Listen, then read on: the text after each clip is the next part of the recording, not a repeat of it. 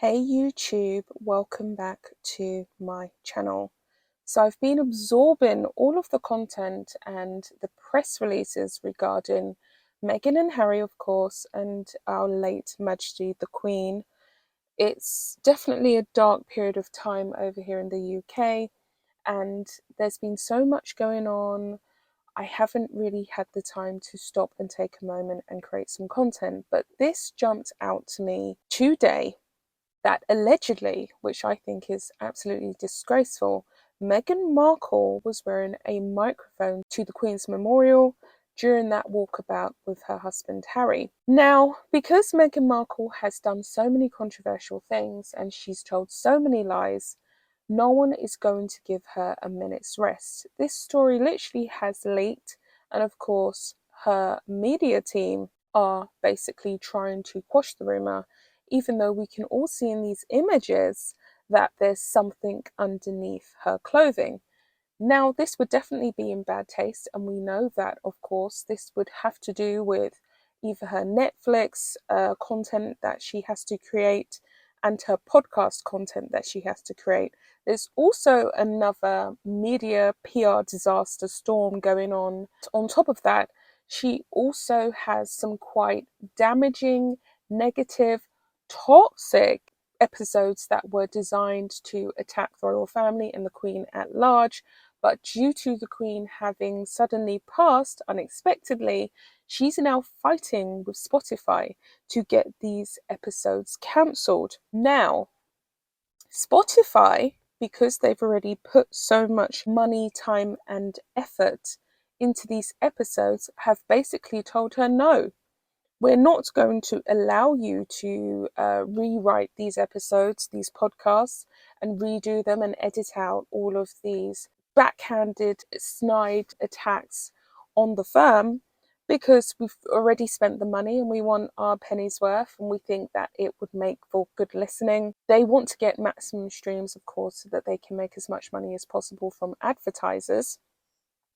And so she's having to now, she's on the verge of pulling out her own legal team against Spotify in order to rewrite these episodes so that she doesn't go down in history as one of the most hated women to have ever graced the face of this earth. Now, that's near impossible, of course, we all know that, because she already is one of the most hated public figures that has ever graced the face of this planet.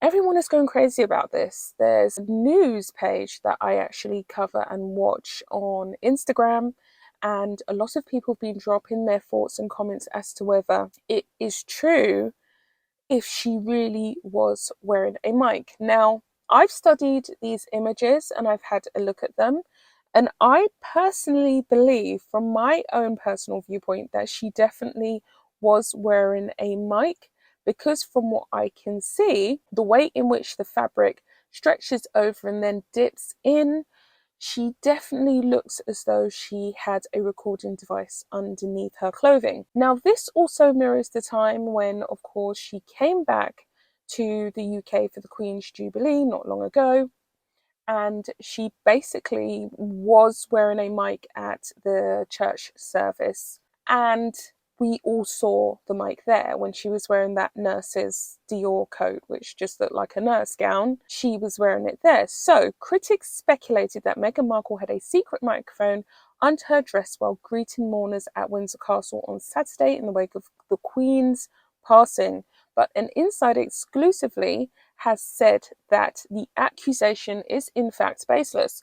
So, of course, this is her PR team, the likes of Omid Scooby and others, who are trying to suppress this because they know that, she's just going to come off looking really bad if she's exposed for doing this. Now, another thing that I picked up from her walkabout with Harry, which is really, it all ties into one thing, is the way in which she could not give Kate eye contact, and she looked as though she felt very insecure and insignificant in Kate's presence. She almost looked grateful, strangely enough, to be standing next to this woman. And I think that she was just as shocked as Harry was that William and Kate actually allowed them to attend this walkabout and allowed them to be a part of the former type Fab Four, which is really not a Fab Four collaboration anymore, but allowed them to have that massive PR moment. And I think that that was really smart on behalf of William and Kate, because, of course, we know that Harry and Meghan have tried to destroy William and Kate's reputation on numerous occasions. And you just think, wow, how graceful, how eloquent, how generous of them to allow Harry and Meghan, with all of their dirt and their rubbish and their crap that they have done to them thus far, to allow them to be a part of this walkabout. So I just thought, wow, this is insane. This is crazy that they're actually allowing them to be a part of anything that they're doing. But of course, William and Kate really arguing for the role. They are now the new Prince and Princess of Wales. I'm so excited. When their Instagram page changed immediately, I was like, oh my God, this is amazing. So, of course, Kate has the title that Diana had, and William has now assumed his father's title.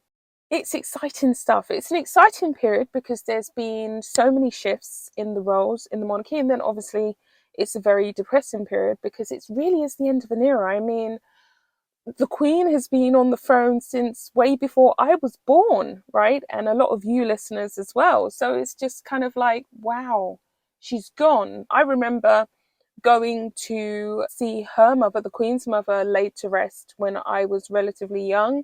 I was quite young at the time, and I went with my mum and we paid our respects and we walked past the coffin, and it was I can't even describe it. There was just like a strong magnetic energy that just was filling up the whole hall. Like I can't even describe it.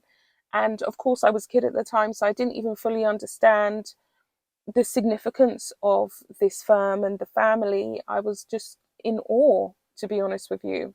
I could definitely feel her presence and her energy, even still, as she was laid to rest. When I go to see the Queen laid to rest, I'm definitely going to go down there on the 19th. The funeral was being held on the 19th.